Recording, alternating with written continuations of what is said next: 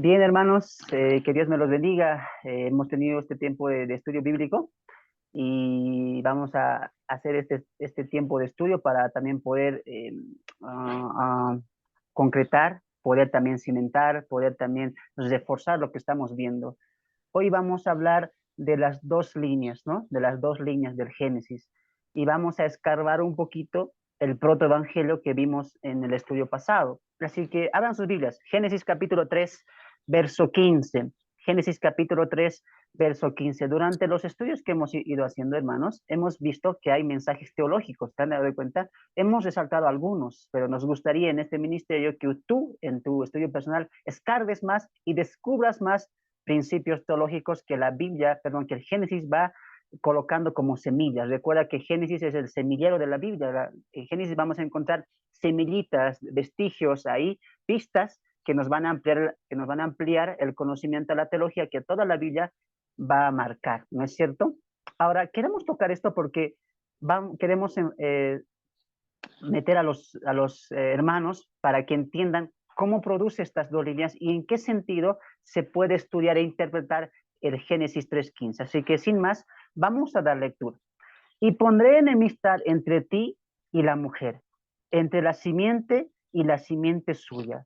Esta te herirá en la cabeza y tú le herirás en el calcañar. ¿Recuerdan lo que estudiamos? ¿Se acuerdan? ¿Qué dije cuando, qué dije cuando Dios estaba maldiciendo a la serpiente? ¿Qué dije?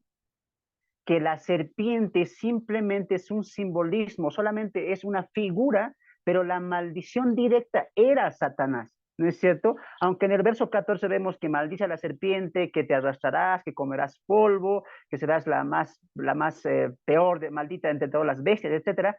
Pero si tú ves con unos ojos teológicos, a través de la serpiente, ¿a quién está maldiciendo? Al mismo Satanás. En pocas palabras, Dios está estableciendo la derrota plena, completa de quién? De Satanás. Con ese entendimiento, el autor Moisés continúa. Y este es el verso clave del Génesis, uno de los versos más hermosos del Génesis, que ha dado mucha tela que cortar, conocida como el protoevangelio. Y hoy vamos a sintetizar y vamos a ver cómo esto nos va a abrir el panorama para lo que pasa en el diluvio, ¿ya? Y pondré enemistad. ¿Quién está hablando? Dios. Y pondré enemistad entre ti y la mujer. Ponga atención a lo que voy a decir. Vamos a colocar dos figuritas. Me gusta siempre hacerlo ahí con ejemplitos, ¿no es cierto? Vamos a hacer dos. Dios está hablando con dos personajes, la serpiente y la mujer, ¿no es cierto? ¿Qué le dice? Le está hablando a la serpiente. Recuerda que la serpiente le dijo, maldita serás en las bestias, polvo comerás, te arrastrarás. Le está hablando a la serpiente. En el verso 15 continúa la idea. Le sigue hablando Dios a la serpiente. ¿Qué le dice? Pondré enemistad entre ti y la mujer. Ahora, quiero que notes aquí. Dios está diciendo que Dios va a colocar un odio, un recelo, una reprobación. ¿Entre quién? Entre la serpiente y la mujer. No al revés. Dios no está diciendo, tú y la mujer se van a odiar. No está diciendo eso Dios. No está diciendo Dios tampoco, la serpiente le odiará a la mujer y la mujer también le odiará a la serpiente. No está diciendo eso. ¿Qué está diciendo Dios ahí? La serpiente va a tener enemistad con la mujer. Eso está recalcando Dios. Recuerda, le sigue hablando a la serpiente, ¿ya? Y pondré enemistad entre ti y la serpiente. Ahora, muy bien. Uno, entre la simiente, perdón, la serpiente y la mujer. Hay enemistad. Muy bien. Y la enemistad va a seguir avanzando. ¿Entre quién? Entre tu simiente y la simiente suya. ¿Qué está diciendo Dios? Ponga atención a lo que estoy diciendo. Esta enemistad de la serpiente a la mujer va a ir escalando más. ¿En quién? En la descendencia. ¿No es cierto? En los hijos está diciendo. Porque descendencia, tener hijos, multitud, ¿no es cierto? O sea, hermano, que la serpiente tiene hijos. Calma, vamos con calma. ¿Qué está diciendo? Los hijos de la serpiente van a tener enemistad con quién? Con los hijos de la mujer. Note la figura, sígame el paso. Mira cómo la maldición de la enemistad está trascendiendo. Muy bien, continúa y dice, esta te herirá en la cabeza y tú le herirás en el calcañar. ¿No es cierto? Ahora, escuche lo que voy a decir. Dos figuras vemos acá. Serpiente, mujer, simiente de la serpiente y simiente de la mujer. ¿No es cierto? Ahora, ¿sabes por qué esto se conoce como el protoevangelio? Porque aquí tenemos una figura clara de Cristo, ¿no? Ahora, note que cuando dice entre tu simiente, no está hablando en plural, sino en singular. Va a haber una simiente, una descendencia, un hijo o hija de quién? De la serpiente. Lo mismo le dice a la mujer, una simiente tuya, singular, uno, va a haber, en pocas palabras, el hijo de la serpiente y el hijo de la mujer van a tener esta enemistad que viene de parte de la simiente de la serpiente, ¿no? Y dice, esta te herirá en la cabeza, es decir, el hijo de la mujer te herirá en la cabeza y el hijo de la serpiente le va a herir en el calcañar, dice, ¿no? O sea, en el talón. Muy bien, ¿qué principio estamos sacando? Enemistad. Ahora, quiero que entiendas una cosa. Este principio ya lo hemos visto en Génesis capítulo 1 de la separación, porque aquí Dios, ¿qué está haciendo? Está separando, ¿quién? Dos líneas, simiente de la serpiente y simiente de la mujer. Pero aunque en Génesis 3:15 se nos va a ampliar un poco más, ya teníamos vestigios de la separación, donde en Génesis 1, ¿te acuerdas cuando Dios dijo, y separó Dios la luz de las tinieblas? Estamos viendo un principio de que separación. Escuche lo que voy a decir. En Génesis 3:15 empieza a existir que dos líneas. ¿Cuáles son esas líneas?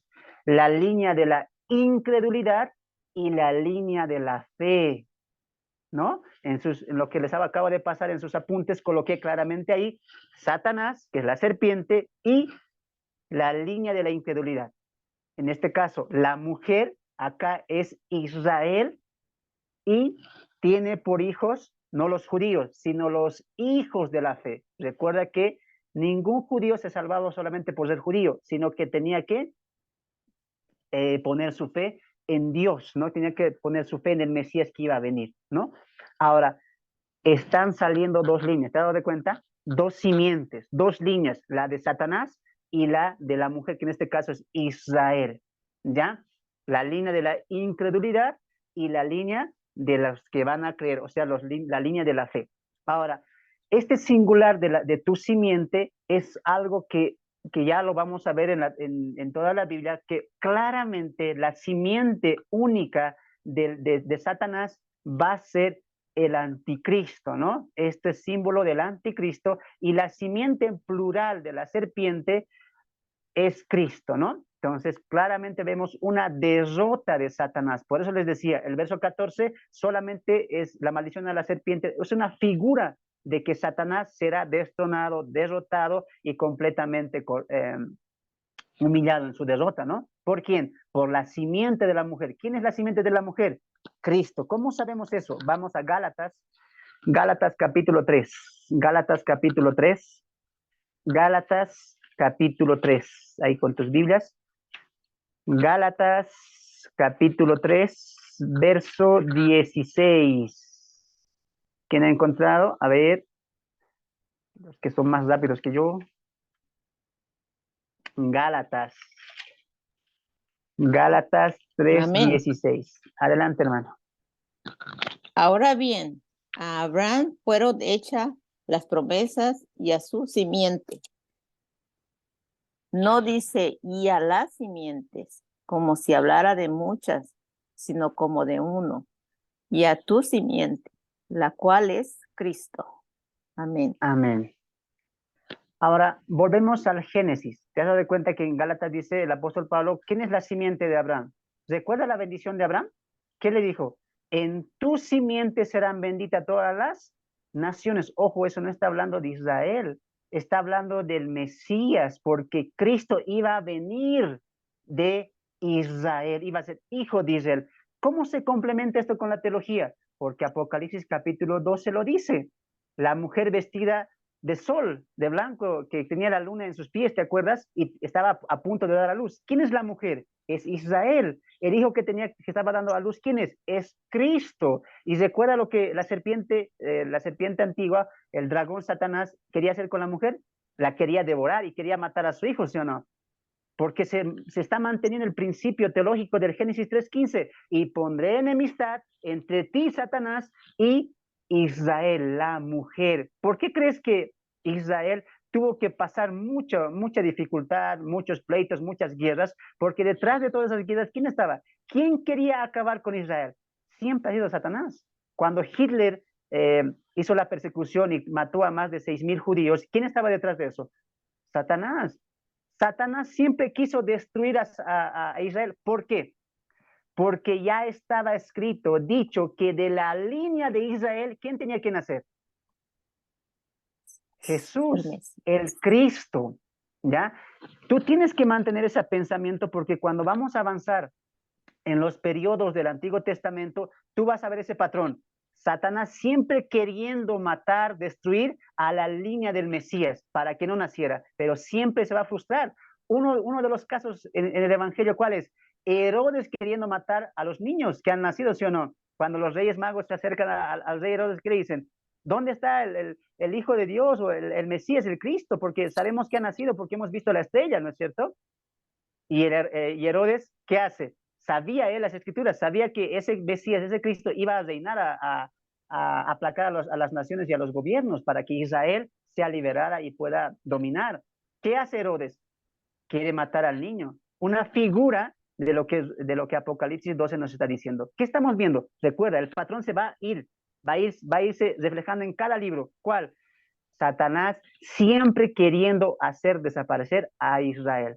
¿Por qué? Porque quería prohibir, quería anular, quería boicotear el nacimiento de Cristo, el nacimiento de la simiente de la mujer. ¿Ya? Esa línea estamos viendo ahí. Ahora, esa es harina de otro costal, pero recuerda ese patrón, lo vamos a ver en todo, hasta el Apocalipsis se va a ver todo eso, ¿ya? Ahora, ¿qué quiero que rescatemos de aquí? Las dos líneas.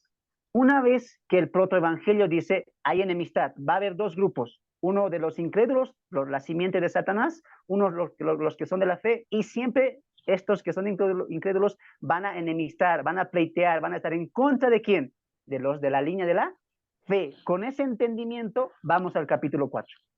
¿Quién nace? Conoció a Adán a su mujer Eva, la cual concibió y dio a luz a Caín, y dijo: por voluntad de Jehová he adquirido varón. Después dio a luz a su hermano Abel, y Abel fue pastor de ovejas, y Caín fue labrador de la tierra. Quiero darte dos datos muy importantes. Uno, cuando el Génesis 4 empieza con la historia de Caín y el nacimiento de Caín, tú tienes que entender una cosa. Porque recuerda que el Génesis no te va a dar detalles, te está dando puntos claves, personajes claves y momentos claves. Uno cuando lee Génesis y ve la historia de Caín y Abel, ¿qué piensa? Dos muchachitos de 15 años, de 12 años ahí le matan. No, entiende una cosa, para este tiempo ya ellos ya eran mayores de edad, por lo menos llegaban a los 20, 25 años, ya eran muy jóvenes, ¿ya? Que tú leas en la historia, nacieron y ya son labradores, es una idea que nosotros podemos concebir porque estamos leyendo de una manera rápida, corrida, ¿no? Pero cuando tú te pones a pensar y tú pones a analizar el tiempo, y mira, era cazador, tenía que haber una preparación. Y si tú ves el Antiguo Testamento, estos hombres cazadores fuertes siempre tenían una edad aproximada, tenían un físico muy bueno para que empiecen a cazar. Y dice que aquí era cazador, ¿no? Que era también, Abel era el que cuidaba los rebaños, ¿no? Y el otro era el que cultivaba la tierra, ¿no? En este caso, Caín labraba la tierra, y para eso hay que pasar un proceso. No eran niños de 12, 13 años, no era como la historia tal vez no los cuenta o como tal vez dibujos, no, ya eran mayores, eran muy adultos. Ahora, dos, el Génesis, el autor Moisés está colocando importancia a dos hombres. ¿Por qué? Porque tú y yo ya hemos visto que está Moisés en el Génesis 3:15. ¿Qué nos está enseñando? Las dos líneas. Por eso está colocando importancia en dos hombres, ¿ya? Pero para el momento en que nace Caín y nace Abel, ya han pasado muchos años, y en esos muchos años, Adán y Eva han tenido muchos hijos. Cuando uno lee el Génesis y dice, pero a ver, ¿de dónde salió la esposa de Caín? Si aquí solo veo Caín y Abel, es que tú no tienes que entender, no estás entendiendo una cosa. Moisés está colocando importancia en Abel y Caín por la línea. No está queriendo decir, estos dos hijos no tuvieron, no. Ya cuando nace Caín y Abel, antes de eso, ya había aldeas completas de hijos e hijas de Adán y Eva. Es por eso que cuando Caín se sale después de matar a Abel y consigue esposas rápido, ¿sabes por qué? Porque ya había una casta de mujeres, ya había aldeas de hombres, mujeres, porque ya la población se había incrementado, ya había crecido la multiplicación de Adán y Eva. Pero Moisés está colocando importancia en dos hombres. ¿Por qué? Por la línea que estamos aprendiendo en Génesis 3:15, ¿ya? Caín va a ser la línea de la incredulidad y Abel va a representar la línea de qué? De la fe, ¿ya? Ese es el mensaje teológico del Génesis 3:15 al Génesis 4, ¿ya? Ahora, hemos visto acá las dos líneas, ¿ya? Y mira cómo eso va a ir progresando. Génesis 3:15 ya está completo. Serpiente, Satanás, mujer Israel, los hijos de el hijo que va a ser anticristo, algo futuro, y Cristo que va a pisar el reino de Satanás, ya en un futuro también, algo completo, detallado, de la caída de Satanás. Muy bien, pero eso va a ir en proceso, porque esto es algo muy futuro. Pero el autor Moisés nos está colocando dos ejemplos claros de esas dos líneas, cómo van a trascender o cómo van a empezar. Caín, que va a representar la línea de la incredulidad, y Abel, que va a representar la línea de la fe, ¿no? Entonces dice ahí, y aconteció andando el tiempo que Caín trajo del fruto de la tierra una ofrenda a Jehová, y Abel trajo también los primogénitos de sus ovejas, de lo más gordo de ellas, y miró Jehová con agrado a Abel y a su ofrenda. Ahora, pregunta ahí, ¿cómo supieron ellos ofrendar? ¿Cómo supieron de Dios? Obviamente porque Adán y Eva contaron historias de Dios. Y eso se va a ver también en el relato del Antiguo Testamento hasta que Moisés se levanta y empieza a escribir. ¿Cómo se sabía de Dios? ¿Cómo se aprendía de Dios? Por historias. Adán y Eva contaban la historia. Recuerda que ellos, aunque han sido expulsados del Edén, no han perdido la memoria. Sabían de su comunión, lo que han perdido, lo que Dios hacía. Todo ellos lo sabía. Entonces, está pasando la información de Dios. Pero un hombre se levanta, uno de sus hijos, Abel, que decide creer a Dios, que decide buscar a Dios, que decide creer que Dios existe y quiere tener comunión con Él. Caín, por otro lado, también por expectativa también hace lo mismo que Abel, pero en el corazón Caín nunca creyó a Dios. Por eso no le presentó una mejor ofrenda. Vamos un poquito a tocar eso. Vamos a 1 Juan 3. 1 Juan, estamos viendo las dos líneas, ¿ya? 1 Juan, quiero que me ayuden con sus Biblias, hermanos, ¿ya? Vamos a ir con ustedes. Quiero también que participen. Voy a decir, hermana Evelyn, por favor, 1 Juan 3:12. 1 Juan 3:12. Mientras mi hermano Alejandro alistas Hebreos 11:4. ¿Ya? 1 Juan 3:12, hermana Evelyn, y mi hermano Alejandro, Hebreos 11:4. ¿Ya? Hermana María, alístate tú, Judas, versículo 11. Repito, Judas, versículo 11. Mira lo que 1 Juan 3:12 dice. ¿De quién era Caín? A ver, escucharemos el texto. 1 Juan 3:12. Primera de Juan 3:12, ¿no? Sí. No seamos como Caín, que por ser del maligno asesinó a su hermano. ¿Y por qué lo hizo? Porque sus propias obras eran malas y las de su hermano justas. Cuando llegamos al relato del Génesis, recuerda que no quiere detallarnos el autor, sino que nos va a dar el momento exacto del por qué y del momento exacto cuando Dios desprecia la ofrenda de Caín y Dios ve con agrado la ofrenda de Abel. Ahora, recuerda que no es que un día Abel se levantó un sábado, hay un ejemplo, un sábado dijo, tengo ganas de ofrendar a Dios, como que me nace creerle. No. Abel representa la línea de la fe. ¿Sabes por qué? Porque su vida, su comportamiento, su carácter era justo. El apóstol Juan lo dice, por sus obras, no dice su obra, hablando de la ofrenda, no. ¿Qué te quiere decir eso? Y tú ves ese patrón también en la Biblia, porque Enoc, Elías, hombres de Dios ¿Cómo hicieron? Tenían un caminar de fe, un andar con Dios. ¿Qué significa eso? Sus obras eran justas. ¿Por qué? Porque su corazón era justo.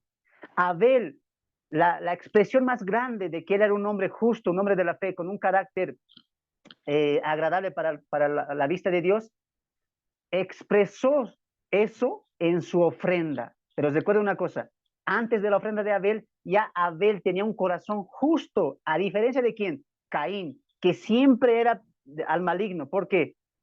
Porque sus obras eran injustas. ¿Qué estamos viendo ahí? Los discípulos van a acordar. Solamente va a haber dos líneas: hijos de Satanás e hijos de Dios, hijos de la fe e hijos de la incredulidad. Lo estamos viendo esa línea desde el Génesis. Y ahorita te vas a asombrar cuando vamos a hablar de los evangelios, ¿ya? ¿Qué dice entonces? Caín, ¿de quién era? Del maligno. ¿Por qué? Porque sus obras eran injustas, su carácter era injusto, sus obras eran reprochables, es decir, Caín era completamente malo, maligno, perverso, corrupto. ¿Te das de cuenta? Por lo tanto, ¿a qué familia pertenecía? Al del maligno. Al contrario de Abel. Ahora, toquemos algo trascendental hablando de sus obras. Hermano Alejandro, Hebreos 11:4, y ahí nos va a especificar el autor a los hebreos acerca de sus ofrendas. Hebreos Amén, 11:4. hermano. Amén, hermano. En Hebreos 11:4 nos habla, en el versículo 4 nos dice, por la fe Abel ofreció a Dios más excelente sacrificio que Caín, por lo cual alcanzó testimonio de que era justo, dando Dios testimonio de sus ofrendas, y muerto aún habla por ella. Amén. ¿Qué dice? ¿Quién ofreció mejor ofrenda a Dios? Abel. ¿No es cierto? ¿Por qué? ¿Dónde era, Por la hermano? fe. Que no anoté. Hebreos 11:4. Hebreos 11:4. Repasaremos uno más. Vamos ahí. Hebreos 11:4. ¿No? Por la fe. ¿Cuál era la causa? ¿Cuál era el núcleo de la ofrenda de Abel? La fe. Por la fe, dice, ofreció a Dios más excelente sacrificio que Caín, por lo cual alcanzó testimonio de que era justo, dando Dios testimonio de sus ofrendas, y muerto aún, habla por ella. Está diciendo el autor, aprendamos de la ofrenda de Abel. Ahora, vamos a irnos a meternos a la historia.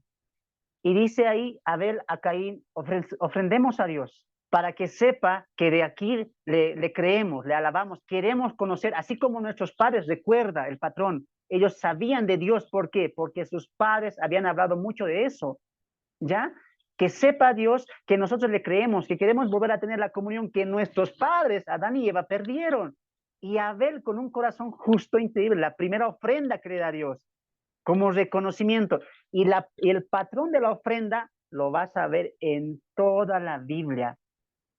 Ojo que ofrenda es distinto al sacrificio, ¿ya? Ofrenda es dar lo nuestro, es dar algo de ti. ¿Por qué dice el autor a los hebreos? Por la fe, Abel dio mejor ofrenda. ¿Por qué? Porque él entregó todo lo mejor. Él lo dio todo lo mejor a Dios. ¿Te das de cuenta?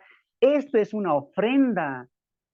Una ofrenda que es dar lo mejor a Dios. Y este patrón tiene que seguir en línea hasta el Apocalipsis. Dar lo mejor a Dios. Por eso el evangelio de la prosperidad no es un evangelio sano. ¿Por qué? Porque el hombre que realmente tiene fe, ¿qué va a hacer? Le va a dar lo mejor a Dios.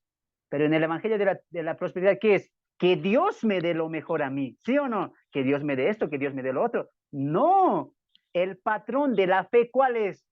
Dar lo mejor de nosotros a Dios. Wow, esto es teología. ¿Te das de cuenta?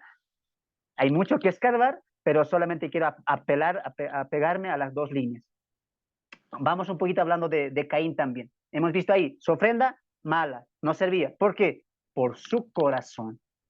Por su corazón. Ahora te voy a poner un ejemplo, ¿no?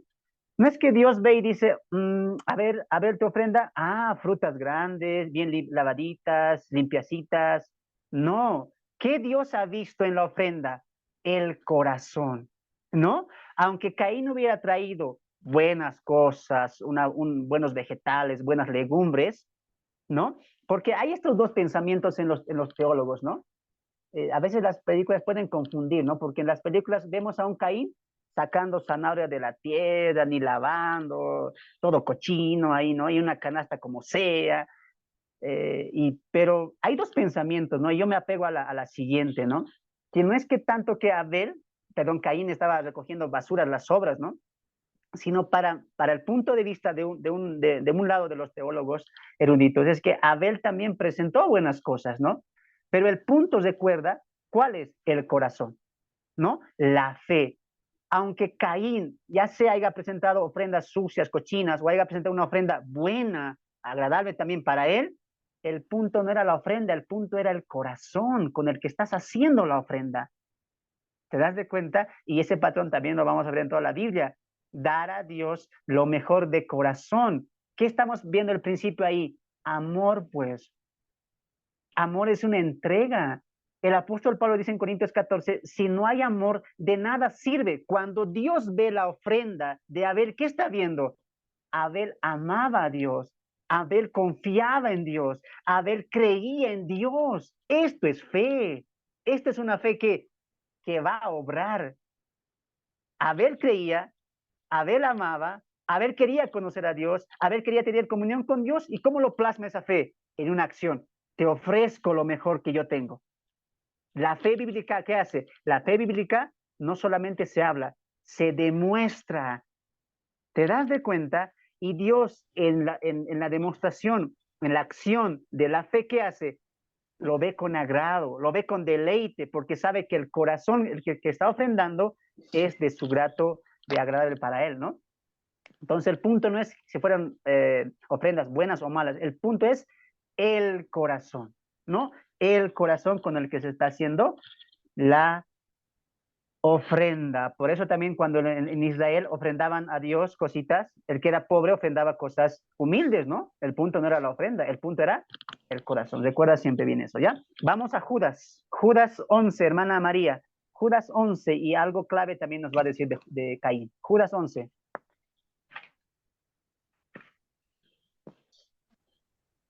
Amén. Judas 11.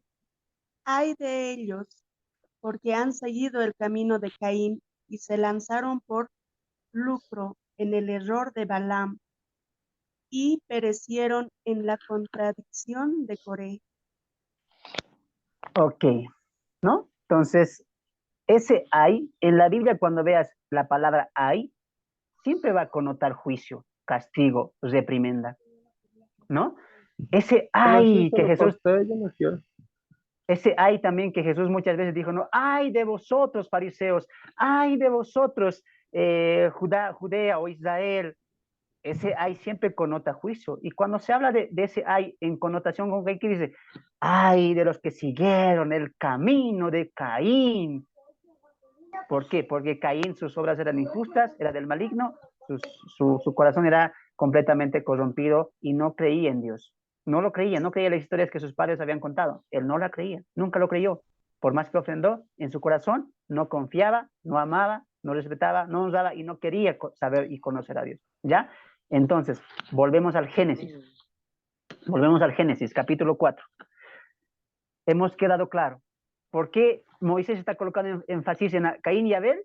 No porque eran los dos únicos hijos, sino por la línea, las dos líneas, recuerda eso. ¿Ya? Ahora, vamos a resumir la historia. Vamos al versículo 7. Perdón, vamos al versículo 5. 4, 5. Pero no miró con agrado a Caín y la ofrenda suya. Y se enseñó Caín en gran manera y decayó su semblante. Entonces Jehová dijo a Caín, ¿por qué te has ensañado? ¿Y por qué ha caído tu semblante? Si bien hicieres, no serás enaltecido. Y si no hicieres bien, subraya esta parte, el pecado está a la puerta. Con todo esto, a ti será tu deseo y tú te enseñorearás de él. Esto es lo que hemos visto en la caída de Adán y Eva. ¿Cómo se origina o cómo se da a luz el pecado? Por los deseos. ¿Qué le está diciendo Dios ahí? Increíble esto, increíble, porque Caín está escuchando la voz de Dios, y aún así Caín no vemos, exaltación a Dios, no vemos asombro por la divinidad, nada, totalmente frío. Y todavía más antes lo va a decir, ¿no? Cuando Dios le pregunta, ¿dónde está Abel? ¿Que yo soy su guarda? ¿Yo soy su cuidador? Arrogancia. ¿Te das de cuenta? Uno quiere defender y dice, no, pobre Caín, pobrecito. No, nada que ver. Hemos visto por la teología bíblica que Caín era del maligno, tenía obras malas, era corrupto, por lo tanto, cuando Dios le habla, no hay sumisión. ¿Qué hay? Orgullo, vanidez. ¿Y qué dice Dios? ¿Por qué estás tan enojado? ¿Por qué se ha caído tu semblante? Si hubieras hecho las cosas bien, obviamente serás enaltecido. Pero cuidado, le dice, ¿no? Porque ¿quién está a la puerta? El pecado, lo personifica, ¿no? El pecado está a la puerta, como dice el apóstol Pedro, ¿no? Satanás está como un león rugiente buscando a quien devorar, a quien hacer caer. ¿Quién estaba ahí en la historia también infiltrado? Satanás. ¿Te das de cuenta? Entonces ya ahí avanza la historia y Caín mata a Abel, ¿no? Caín mata a Abel. Y ahí se produce la primera muerte, ¿no? Un hermano matando a su hermano. Pasa la historia, Dios se habla con Caín y le dice dónde está, etcétera. Y Caín recibe castigo de Dios. Vamos al verso 11. Las consecuencias, ¿no? El designio de Dios. Ahora pues, maldito seas tú de la tierra que abrió su boca para recibir de tu mano la sangre de tu hermano. Cuando labres la tierra, no te volverá a dar su fuerza. Errante y extranjero serás en la tierra. Y Caín dijo a Jehová, grande es mi castigo para ser soportado. Y aquí me has hecho hoy de la tierra, y me echas hoy de la tierra, y de tu presencia escucha esta parte, y de tu presencia me esconderé. Ahora, volvamos la cinta al castigo de Dios. ¿En algún momento Dios le dice, aléjate de mí? No. ¿Quién decide alejarse de Dios? Caín. ¿Por qué? Por rencor. Porque Dios vio con agrado a Abel. Porque Dios aceptó la ofrenda de Abel y no se consumió la ofrenda de él. Aparte que Dios le maldiga y dice, muy bien, me estás echando de la tierra. Y de tu presencia, ¿qué? Me esconderé. Otras versiones dice, me iré de tu presencia, me aparto de tu presencia. Caín voluntariamente dice, para mí ya no existes, para mí ya no estás, me voy. ¡Wow! Como las dos líneas están cimentándose. ¿Y sabes lo que hace Caín cuando se va? Conoce a su mujer y tienen un hijo, y Caín edifica toda una ciudad, toda una ciudad. Vamos al verso 17. Y conoció Caín a su mujer, la cual concibió y dio a luz, ¿a quién? A Enoc. Y edificó una ciudad y llamó el nombre de la ciudad, del nombre de su hijo, Enoc. Miren aquí un momento, vamos a resumir esta parte. Miren aquí un momento. Cuando Caín dice voluntariamente, ¿quién soy yo? ¿Soy su guarda? ¿Soy su guardaespaldas? ¿Qué soy yo? Altivez. ¿Y qué dice? Ah, muy bien, me maldices. Me estás echando de la tierra. No solamente me voy de la tierra, de tu presencia más me voy a ir. Para mí ya no existes. Para mí estás alejado. Como tú me echas de la tierra, yo te echo. ¡Wow! Dureza. ¿Qué hace Caín con ese corazón, con ese pensamiento, con esa mentalidad? Terrible. Conoce a su mujer y edifica toda una ciudad. Escuche lo que voy a decir. Escuche, porque este es un principio teológico clave.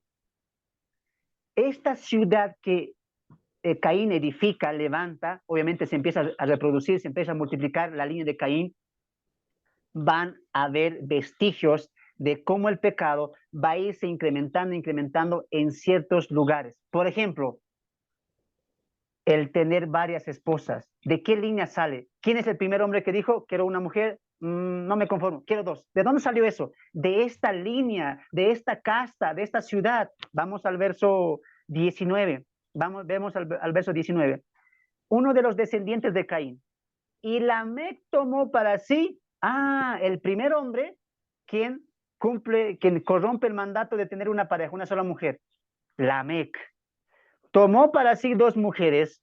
El nombre de una fue Ada y el nombre de otra fue Sila. Vemos corrupción. Ya está viendo perversión dentro de la casta de la línea de Caín. Ojo, Caín, la línea de la incredulidad. ¿Qué más estamos viendo en esta línea? Escuchen lo que voy a decir. En esta línea, anoten bien, en esta línea, en esta casta, en esta descendencia, nace el padre de la música, Jubal. Vamos al verso 21. Y el nombre de su hermano fue Jubal, el cual fue el padre de todos los que tocan arpa y flauta. Hermanos, miren aquí un momento. Esto es clave, clave. ¿Dónde se ha originado la música? Hermano, pues en Dios. Dios quiere que le alaben. Sí, para adoración a Dios.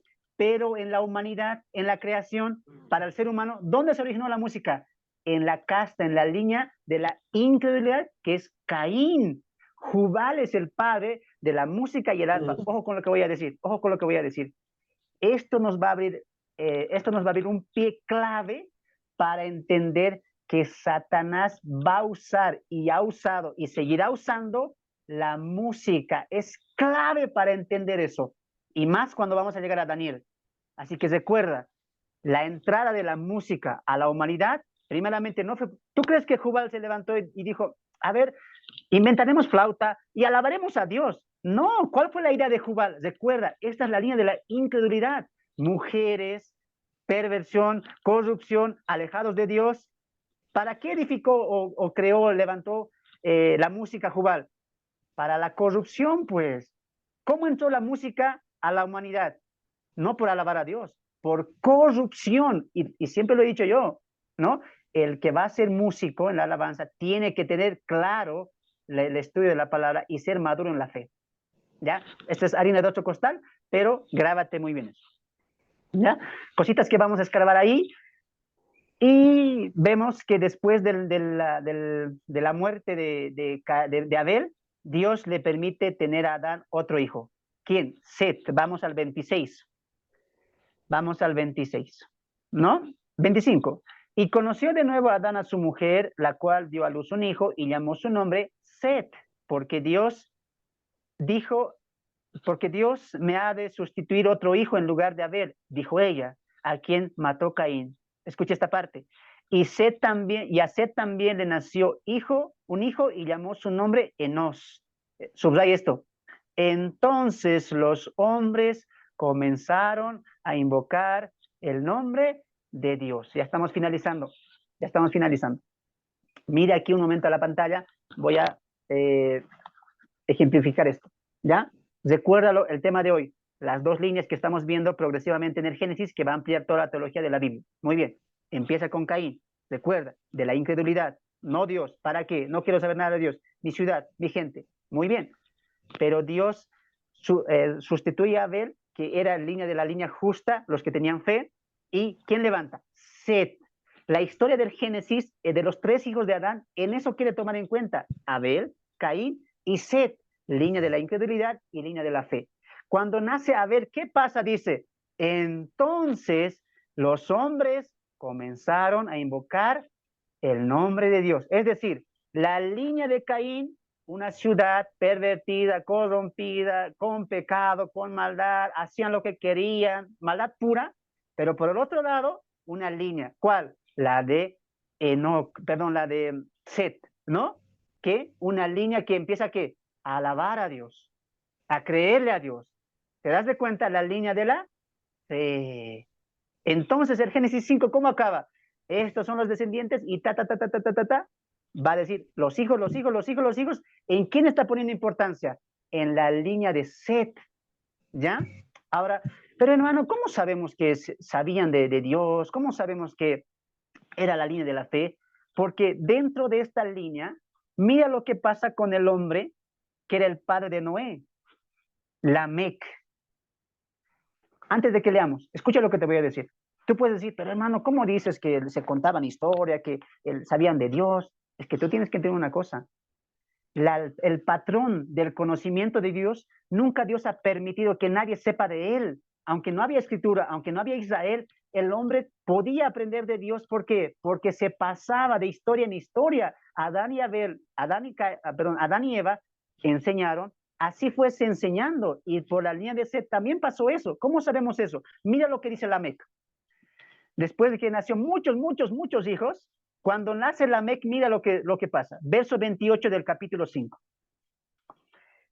Vivió Lamec 180 años y 2 años, 182 años, y engendró un hijo, y llamó su nombre Noé, diciendo, subraya esto, este nos aliviará de nuestras obras y del trabajo de nuestras manos a causa de la tierra que Jehová Dios. A ver, algo no cuadra aquí. ¿Cómo es que Lamec, que tantos años después del pecado nace, cómo sabe que Dios maldijo la tierra? ¿Había WhatsApp? ¿Alguien la ha WhatsAppeado ahí? ¿Ahí averiguado en Google? No, pues, es claro, es obvio. Había una historia que se pasaba de generación en generación. ¿Cuál? La creencia en Dios, el Creador. Por eso se tiene la línea de la fe. ¿Y qué dice el texto? Empezaron los hombres a qué?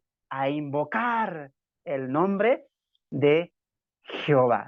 ¿Claro o no claro? Creo que me has entendido ahí, ¿no? ¿Cómo acaba el capítulo 5? Con el nacimiento de Noé, ¿no? Vamos a finalizar el Génesis y vamos a acoplar con uno de los evangelios. Miren aquí, finalizamos el Génesis. Pongan atención a lo que voy a decir. ¿Qué hemos aprendido? Las dos líneas. Muy bien. A eso está colocando importancia el autor del Génesis, que es en este caso Moisés. Muy bien. Caín, Abel. Muere Abel, reemplazado por Set, y se empiezan a levantar dos líneas. ¿Ya? La línea de la fe y la línea de la incredulidad.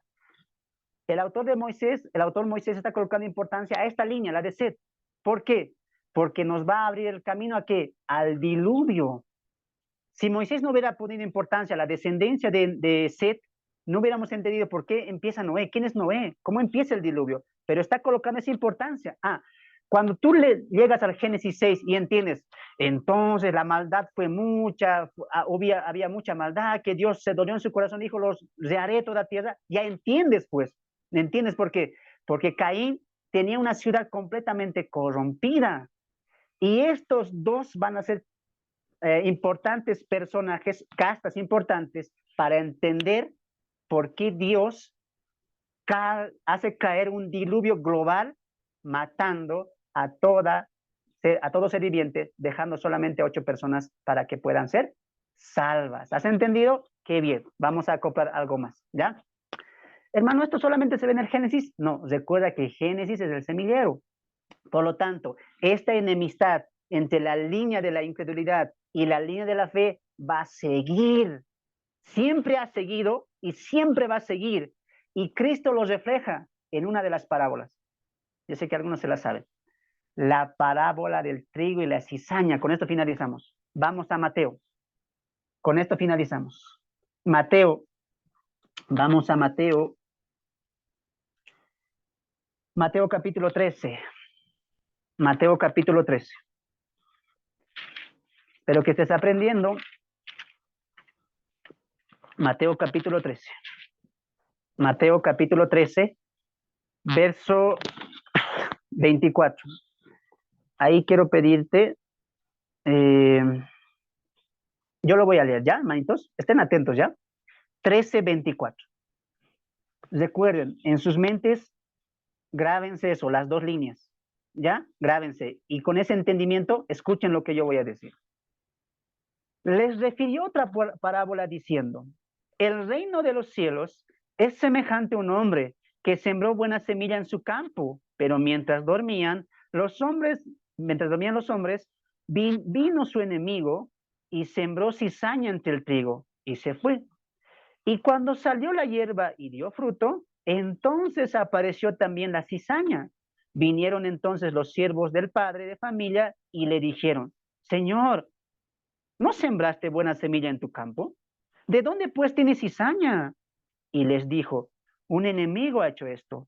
Y los siervos le dijeron, Señor, ¿quieres pues que vayamos y arranquemos y cortemos esta cizaña? Y él les dijo, no, No sea que al arrancarla, la cizaña, arranquen también con ella el trigo. Dejad crecer juntamente lo uno y lo otro hasta la siega y el tiempo de la siega, y yo diré a los segadores, recoged primero la cizaña, atadla en un manojo para quemarla, pero recoged el trigo en mi granero. Vamos al 36. Sigue tú con el pensamiento, con la línea que estamos aprendiendo. Entonces, despedida la gente, entró Jesús a la casa y acercándose a él sus discípulos le dijeron, Señor, explícanos la parábola de la cizaña del campo. Respondiendo él les dijo, el que siembra la buena semilla es el Hijo del Hombre.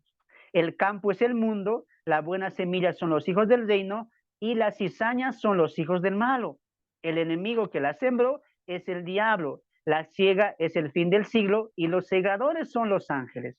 De manera que como se arranca la cizaña y se quema en el fuego, así será el fin de este siglo. Enviará el Hijo del Hombre a sus ángeles y recogerán de su reino a todos los que sirven de tropiezo y los que hacen iniquidad. Y los echarán en el horno del fuego. Allí será el lloro y el crujir de dientes. Entonces los justos resplandecerán como el sol en el reino de su Padre. El que tiene oídos para oír, oiga. Así que oigan, hermanos. Miren aquí adelante, finalizamos. Antes de finalizar, quiero abrir un paréntesis. Esta parábola no está hablando de la iglesia, no está hablando de que hay cristianos cizaña, no hay de que son, no, nada que ver, ¿ya?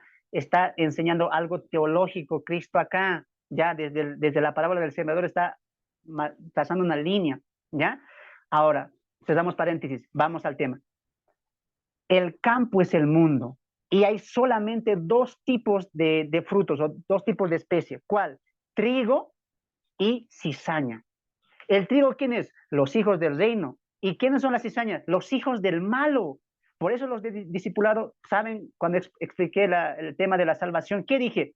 En este mundo estamos habitando dos tipos de personas, los de la fe y los de la incredulidad, hijos de Dios, hijos de Satanás. ¿Qué dice Dios? No lo cuenten, déjenlo, que sigan creciendo, que habiten, que estén ahí unos con otros, pero llegará el tiempo del fin, ahí será que el recojo, la siega. Por lo tanto, concluimos, las dos líneas de la fe y de la incredulidad está en toda la Biblia, ¿ya? Y en este mundo, repito una vez más, no hay medios cristianos, no hay cristianos 50%, no hay cristianos tibios, no lo hay.